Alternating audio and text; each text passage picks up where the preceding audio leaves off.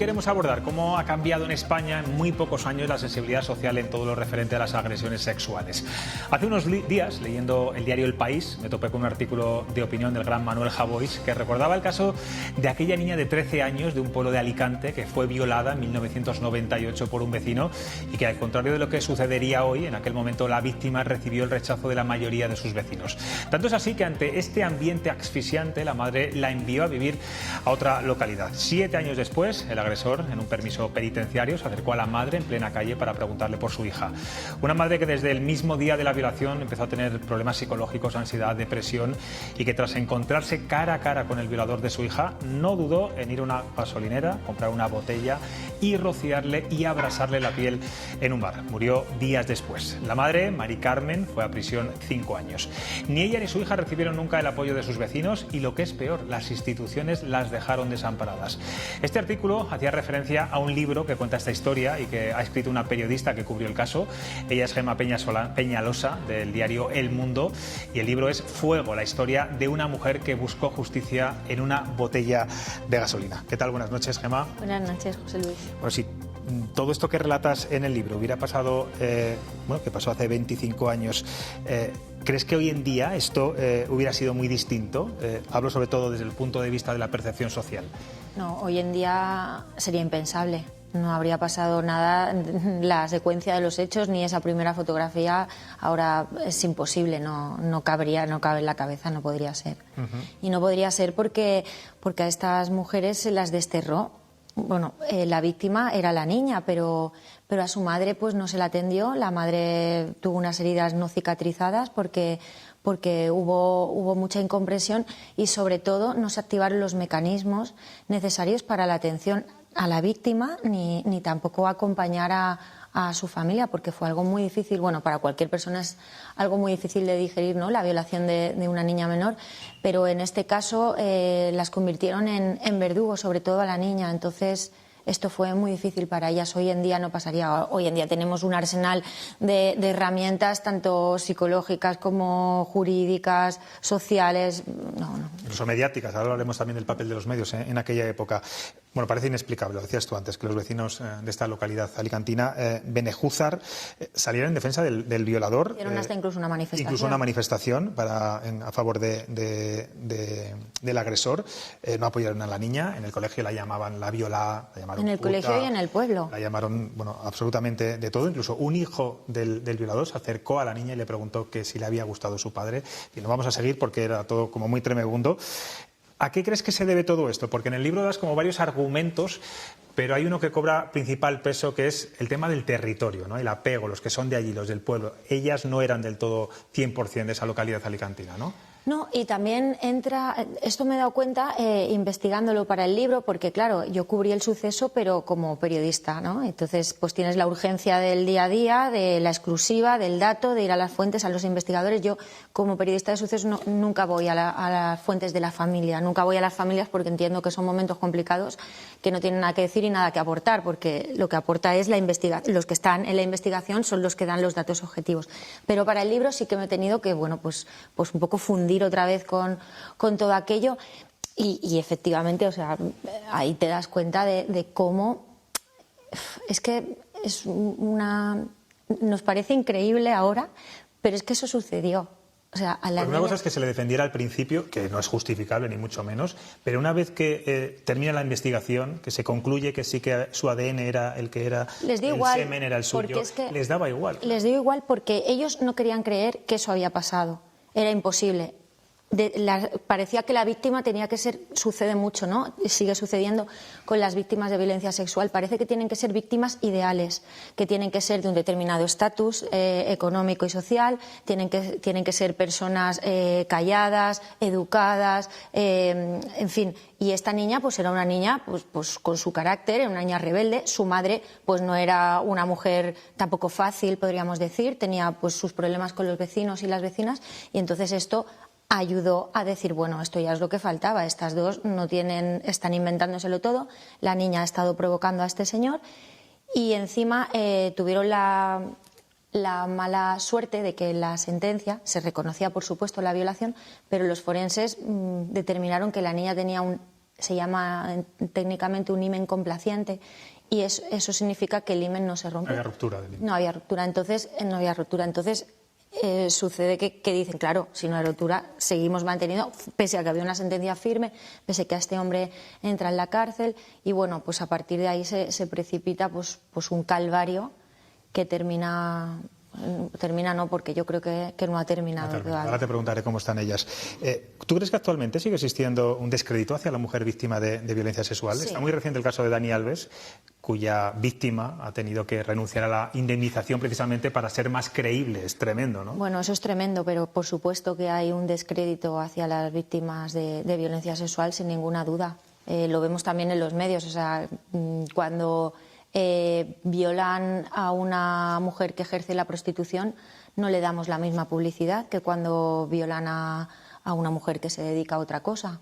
O es que es bastante perceptible. Hablabas antes de la falta de herramientas, ¿no? La justicia afortunadamente también ha cambiado en estos últimos 24 o 25 años.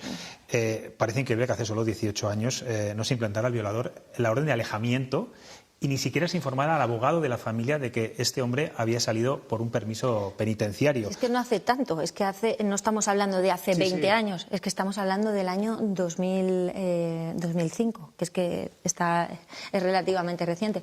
Pues sí que ha cambiado, y también ha cambiado la manera en la que los investigadores se acercan a las víctimas. Hacen cursos, les enseñan a preguntar, les enseñan a interpretar los silencios, a no agobiar. Esto antes no sucedió. Con Verónica, siendo menor, pues en esos años yo creo que el cuerpo de la mujer era un menor almacén de pruebas a disposición de los investigadores, en las que pues no se tenían en cuenta cómo se sentían, el trauma, simplemente pues querían pues llegar como es lógico, a unas respuestas para poder abrochar las investigaciones, pero no de la manera más adecuada. La niña, cuando declaró en el juicio contra su violador, lo hizo sin una mampara, algo que ahora nos parecería también ahora bastante reprobable, pues no. Y el abogado le hizo preguntas del todo improcedentes. De hecho, uno de los magistrados tuvo que llamar la atención a este letrado. Hay que dejar muy claro que Gemma Peñalosa en este libro, no legitima en ningún momento que Mari Carmen se tomara la justicia por su mano y abrazara y posteriormente matara al violador de su hija. De hecho, en alguna entrevista te he leído que... Es que esta señora cometió un crimen y esto es algo... Es bueno dejarlo claro, ¿no? Hombre, porque puede parecer que... Esto nos sirve como un poco, me ha servido para hacer como una fotografía de lo que ha sido, porque es un arco temporal muy rico. Abarca desde... Esto sucede en el año 98 y el juicio de las niñas de Alcácer es en el 97. Y acaba el libro cuando Mari Carmen, la madre de la niña, sale de la cárcel, que estamos hablando del año 2017, y en el 2016 se produce la sentencia de la manada. O sea, es que te sirve como comparación. Sí, porque vamos viendo cómo va cambiando incluso la visión y el tratamiento en los tribunales. O sea, en el libro sí que se explora un poco los límites de la justicia. El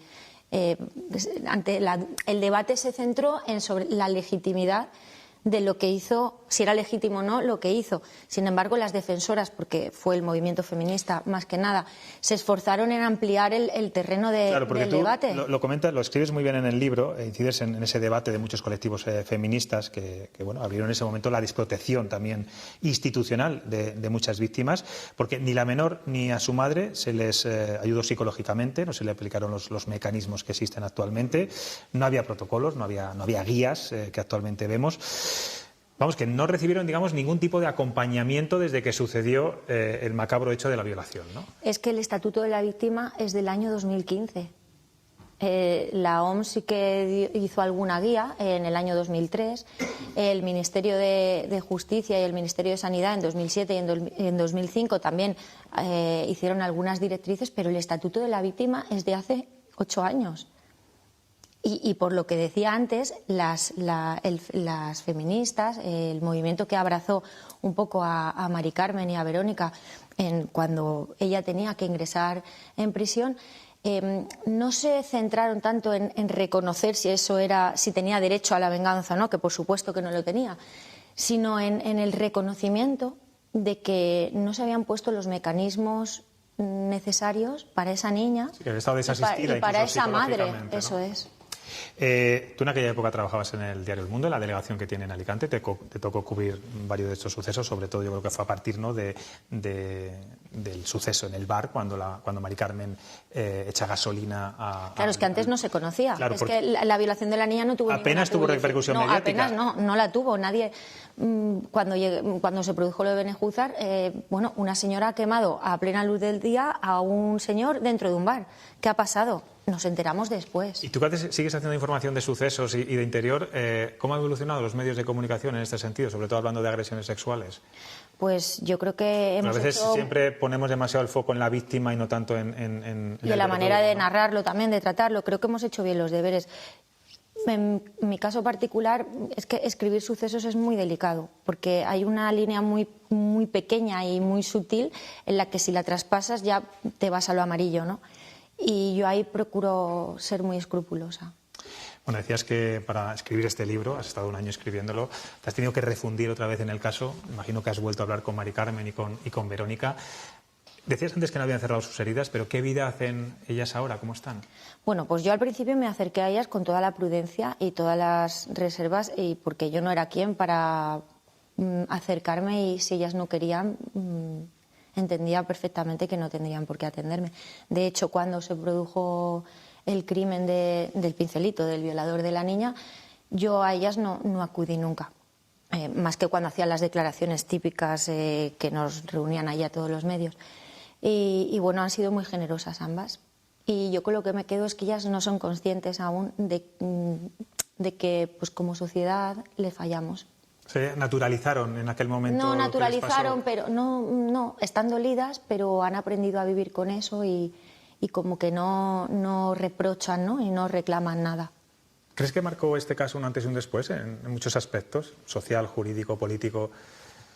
No sabría decirte porque es complicado, pero desde luego yo escribiendo el libro me he dado cuenta de la evolución que hemos tenido y me he espantado también mucho de cómo se trató esta violación y el posterior crimen. Y como decías antes, ¿no?, que un juez de vigilancia penitenciaria no alertara de que este señor iba a salir, no se pusiera una orden de alejamiento.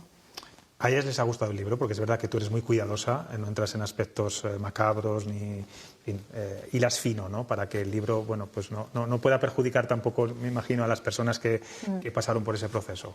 Pues la verdad es que yo no he vuelto a hablar con ellas después porque no he querido, les enviamos el libro, pero yo no he querido preguntar más. Bueno, tengo aquí a 3 periodistas que están muy atentos a todo lo que estás contando, porque la verdad la historia, seguramente a muchos de ustedes que lo están viendo ahora les haya venido un poco la imagen sobre todo de la mujer, ¿no?, porque como decíamos, la violación de la niña apenas tuvo repercusión mediática, pero la de la madre cuando incendió con gasolina al violador de su hija sí que salió en todos los medios nacionales, en debates en las televisiones, etcétera. Chema. Sí. Hola.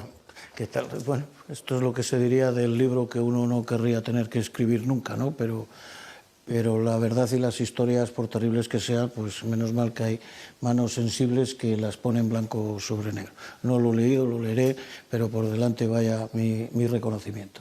Oye, y una cuestión, porque te ha preguntado varias veces José Luis, bueno, pero esto ha evolucionado mucho, ¿no? Esto ha cambiado, y has hecho un relato de los protocolos que existen ahora, de los protocolos que se aplican, de las exigencias que sean. Yo sencillamente pregunto, en aquel juicio que se desarrolló en el más puro estilo inquisitorial para con las víctimas, ¿no? Bueno, en ningún momento los jueces de ese tribunal tuvieron la sensación de que, aparte de que no estuvieran protocolos, hay una cuestión de sensibilidad también del que se pone la toga, ¿no?, para tratar de afrontar ese proceso de otra manera, porque claro, dices, es que el interrogatorio que le hace el abogado pues era claramente improcedente. O sea, en el propio transcurso del juicio no se observó delicadeza por parte de quien presidía el tribunal. Bueno, estamos hablando del año 2000. Ya. No es la prehistoria tampoco. Bueno, sí, pero quiero decir, y ella en el juicio sí que el presidente del tribunal llamó la atención varias veces al letrado en la defensa del violador. Llegó a decirle, y eso lo recojo en el libro, señor letrado, ¿usted ha comido o cenado con esta señorita alguna vez? Pues entonces, por favor, no la tutee. Por ejemplo. Entonces, por ejemplo. Pero ahí se quedó, tampoco afinaron demasiado ahí. Ya. Oye, Gemma, bueno, has explicado muy bien el rechazo social que hubo hacia ellas, ¿no? Primero porque no eran del pueblo, segundo porque consideraban que ella era una provocadora, en fin, luego toda la madre. Ahora ese rechazo social ha desaparecido allá donde vivan, que no sé dónde es decir, saben dónde viven, la tragedia por la que han pasado, hay una mínima sensibilidad de expresar apoyo, solidaridad, cariño, un abrazo. Sí, ¿quieres decir que hay arrepentimiento por parte de los vecinos de algún modo? No, pero ellas viven en otro sitio ahora, ¿no? Sí, ellas viven en otro sitio, son localidades cercanas, yo no las pongo en el libro pues por un derecho suyo a no revelar dónde viven. Sí, claro, por eso no te... Pero en el pueblo no hay ningún tipo de examen de conciencia. De hecho, yo para escribir el libro, cuando me he acercado... En el pueblo donde sucedió todo. No hay... no, de hecho, siguen... Bueno, ya, pero es que eran... Ya. ¿Y donde viven? Mari Carmen era tan complicada. Claro. ¿Y es donde que la niña ahora? era... Es tremendo eso. Y todavía a día de hoy, ¿eh? Ya. ¿Y donde viven ahora tienen por lo menos un afecto? Bueno, ten en cuenta que donde viven ahora, ellas tampoco han ido contando su historia, entonces pues es un poco más fácil pasar desapercibidas. Entre todos esos argumentos que explicas en el libro, que no has contado aquí, hay uno que me parece muy interesante y es la figura del padre de El Pincelito, ¿no? Fue una persona que, bueno, que en la guerra civil ayudó mucho a su pueblo, tanto de un bando como otro. Él era un sicario comunista. Era un sicario comunista. Pero dijo, aquí en Benejúzar no se va a tocar a nadie, ni sea de derechas ni sea de izquierdas. Y en la guerra civil... Eso pasó mucho en toda la Vega Baja, alicantina. O sea, que había un trato de favor, digamos, del pueblo hacia el hijo, ¿no? Las únicas 3 muertes que hubo fue la de un cura, el sacristán y un terrateniente, fue porque el Pincelito padre se había marchado unos días a hacer un trabajo fuera de Benejúzar, y ahí fue donde... y entonces él llegó y dijo, esto no puede ser. Entonces, claro, la gente en Benejúzar está tremendamente agradecida de un bando y del otro con este hombre. Y por eso mismo... es otro argumento. Claro, tantos apoyos este hombre, que era tremendamente controvertido. Pincelito hijo, el violador. Pero alguien que conoció muy... Perdona, claro. Es que no he podido evitarlo. Con las manifestaciones en contra de la víctima se me ha venido a la cabeza Nevenka Fernández. Sí, hay ciertas similitudes. Sí, en el caso de Nevenka y Ismael Álvarez, es verdad. Alguien que conoció muy bien lo que ocurrió en aquella época es Isaac Blasco, porque también estaba trabajando en la delegación de ABC en Alicante. Sí. Y cuéntanos. Hacía más sol y más calor que aquí. Y se estaba muy bien. Se estaba muy bien, ¿verdad? Sí. No, yo te quería preguntar por Mari Carmen. ¿Mari Carmen te ha participado si cree que la justicia fue excesivamente rigurosa con ella? Es decir, por no concederse el indulto, por ejemplo. Mari Carmen no es consciente todavía de nada. Ella vive pasó lo que pasó, quiero cerrar. Yo supongo, Isaac, que tuviste oportunidad también y sabes cómo es su manera, sabes que... No quiero decir, pero a lo mejor no tienes esa capacidad de reflexión para saber si la justicia fue con ella o no. Yo pienso que la justicia con ella, el Supremo fue generoso. Yo también lo creo.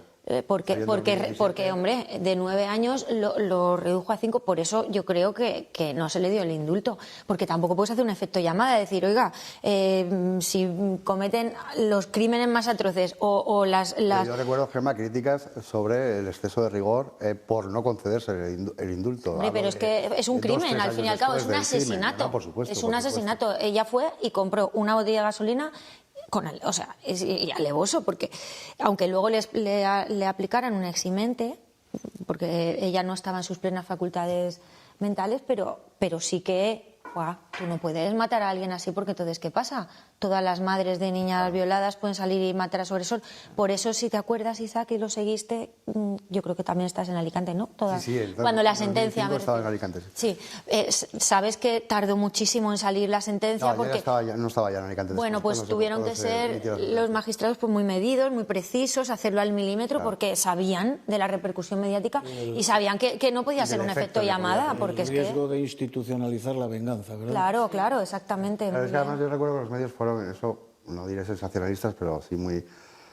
incidieron mucho con el ojo por ojo, diente por diente, es decir, el tema de la vendetta personal, Y eso es un discurso muy peligroso, evidentemente. Claro, y muy populista también, porque es que hay que las cosas como son. Esta señora no estuvo atendida, su hija tampoco, vivía con él cuando este violador a la niña le dice, como cuentes algo, te rajo el cuello, te voy a cortar el cuello con una corbilla, y ella luego a su madre se lo dice. Entonces la madre queda bloqueada, y cuando le ve en el permiso dice, vale, le va a cortar el cuello a mi hija y nos va a matar a todos. Porque hay que decir que la madre está paseando por la calle, no sabe que el violador de su hija tiene un permiso penitenciario de unos días, se lo encuentra por la calle, él se acerca a ella, ¿no? Él se acerca a ella, le pregunta por su hija. Él va con un coche, porque venía de firmar por el permiso, para, le dice a la hija que pare, baja, se acerca, ella está esperando en una parada del autobús y le dice, señora, ¿qué tal está su hija? Y se da la vuelta y se va.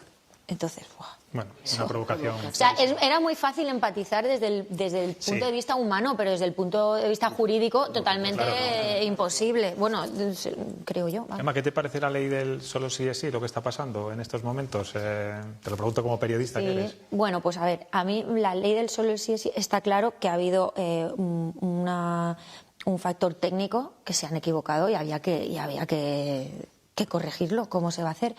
Pero la ley del solo sí el sí es una ley en general muy garantista con las víctimas y súper generosa y es muy amplia, y entonces nos hemos quedado, claro, con lo más llamativo, ¿no? Que era esto, y tan llamativo, pero la ley en sí es una ley, yo es que la vi porque es que tenía estas dudas con los compañeros y me he dado cuenta que es una ley pues que es tremendamente generosa con las mujeres y que aborda puntos necesarios que no estaban abordados. Pero claro, esto lo ha ensombrecido todo, como es lógico. Pues Gemma Peñalosa, aquí tiene el libro Fuego, la historia de la mujer que buscó justicia en una botella de gasolina. Gracias por este trabajo. Bueno, yo creo que sí que nos permite, sobre todo, porque a veces no nos damos cuenta, ¿no? Cuando estamos en el día a día, ver esa percepción social de cómo han evolucionado las cosas y en todos los puntos, político, institucional, social, y aquí lo recoges muy bien. Gracias por este trabajo y mucha suerte, bueno, en todo lo que tenga como periodista haciendo sucesos, aunque bueno, tienes una sección un poco complicada, ¿no? Bueno, se hace lo que se puede. Se hace lo que se puede.